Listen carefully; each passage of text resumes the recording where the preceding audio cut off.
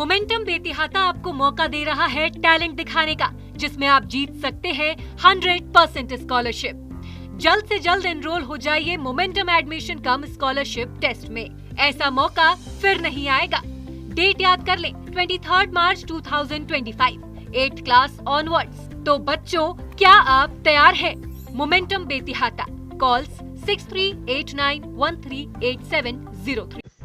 जगत गुरु शंकराचार्य विदुशेखर भारती सन्निधानम विजय यात्रा के दूसरे दिन गोरखनाथ मंदिर में वेद पाठी विद्यार्थियों और अध्यापकों को दिया शंकर वचन। कहा, प्रयागराज महाकुंभ में भव्य व्यवस्था से पूरा विश्व चकित है।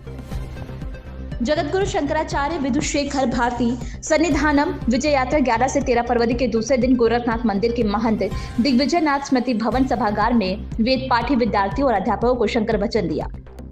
श्रृंगेरी शारदा पीठ के जगत गुरु शंकराचार्य श्री श्री भारती तीर्थ महासन्निधानम के मंगलमय आशीर्वाद और दिव्य आदेश से विजय यात्रा लेकर गोरखपुर पधारे जगत गुरु शंकराचार्य विदुशेखर भारती सन्निधानम ने कहा कि प्रयागराज महाकुंभ में भव्य व्यवस्था से पूरा विश्व चकित है। इस महाकुंभ में श्रद्धालुओं की संख्या 50 करोड़ होने जा रही है। ये संख्या भारत के बारे में विश्वमन करने वाले कई देशों की जनसंख्या से भी अधिक है। शंकराचार्य ने कहा कि महाकुंभ में भव्य व्यवस्था देखकर न केवल उनका मन बेहद आनंदित हुआ है, बल्कि उन्होंने जिस किसी भी भक्त या श्रद्धालु से पूछा, सब लोगों ने व्यवस्था को अत्यंत आनंददायी और सुव्यवस्थित बताया है। शंकराचार्य जी ने कहा कि प्रयागराज महाकुंभ की भव्य व्यवस्था से दुनिया को सीखना चाहिए। उन्होंने कहा कि जब सनातन आस्था वाले सन्यासी मुख्यमंत्री बनते हैं तो ऐसा ही व्यापक परिवर्तन देखने को मिलता है, जैसा योगी आदित्यनाथ जी के नेतृत्व में उत्तर प्रदेश में देखने को मिल रहा है। उन्होंने कहा कि न केवल प्रयागराज महाकुंभ बल्कि काशी और अयोध्या में भी भव्य व्यवस्था की गई है। हर जगह भक्तों का धर्म के प्रति उद्देश्य देखकर हृदय आनंदित हो रहा है।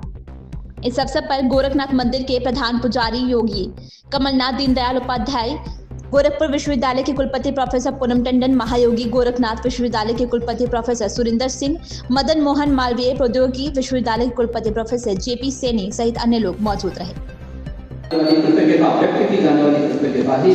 एक सच्चे सनातन धर्मावलंबी का यह लक्षण है और सनातन धर्म उस कृतज्ञता के भाव से उपरोक्त होकर के कार्य कर रहा है। आज जगतगुरु शंकराचार्य के रूप में श्रृंगेरी पीठ के पूज्य आचार्य का आगमन इस दृश्य गोरखपुर वासियों को, संस्कृत महाविद्यालय से जुड़े हुए इन छात्रों को, आचार्यों को प्राप्त हो रहा है। इस अवसर पर मैं उत्तर प्रदेश आगमन पर महाकुंभ के आयोजन में, काशी के आयोजन में, अयोध्या धाम के आयोजन में और अब गोरखपुर के इस आयोजन में उनका आशीर्वचन प्राप्त होना हम सबको अत्यंत प्रफुल्लित करता है। मैं इस अवसर पर जगत गुरु शंकराचार्य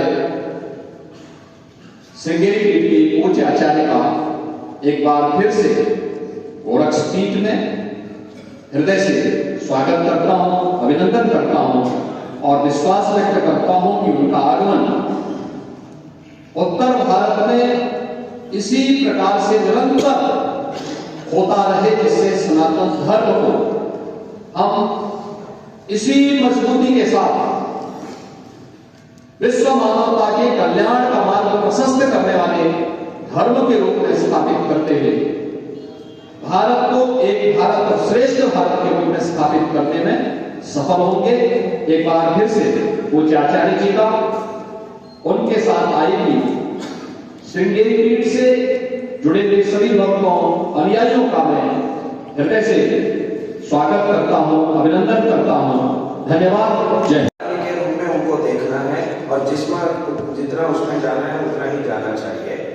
और विशेष रूप से हमारे धर्म के आचरण में हमें तत्पर रहना चाहिए, क्योंकि लौकिक व्यवहार जो है ये अनिवार्य है, धार्मिक साधना, धार्मिक आचरण जो है ये आवश्यक है।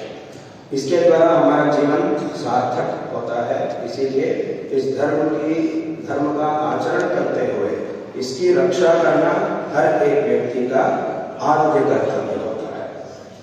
जब हमसे इस धर्म की रक्षा हो नहीं पाती है, ऐसे संदर्भ जब आ जाता है, तब स्वयं भगवान अवतार करेंगे, परंतु तब तक इसकी रक्षा करना हर एक व्यक्ति का कर्तव्य है। इसका आचरण करना हर एक व्यक्ति का कर्तव्य इसका आचरण करने के लिए, इसकी रक्षा करने के लिए हमें जिस मार्ग की आवश्यकता जब होती है उस संदर्भ में उस मार्ग के अनुसार धर्म की रक्षा करना चाहिए। ऐसा संदेश भी स्वयं भगवान ही अपने अवतारों के द्वारा हमें दे रहे हैं। भगवान के कई अवतार हैं, जिनमें से प्रसिद्ध दशावतार तो हम लेते हैं। प्रसिद्ध रूप से दशावतारों के बारे में हम कहते हैं। यहाँ भी हम मूर्तियों को देख सकते हैं, दशावतारों की मूर्ति भी यहाँ स्थापित की गई है। इन मूर्तियों में से इन अवतारों को अगर अच्छी तरह हम देखेंगे तब इसमें से हमें बहुत बड़ा संदेश मिल रहा है। एक एक संदर्भ में भी इस धर्म की संकट स्थिति एक एक प्रकार से प्राप्त हुई थी। उस संदर्भ में उस स्थिति से धर्म का उद्धार करने के लिए भगवान एक एक प्रकार का शरीर धारण करके हमारे सामने आया। भगवान के जो 10 अवतार है, प्रसिद्ध 10 अवतार जो है, इनमें से हर एक अवतार एक ही तरह का नहीं होता है। इनमें से सभी अवतार एक ही प्रकार के नहीं होते हैं।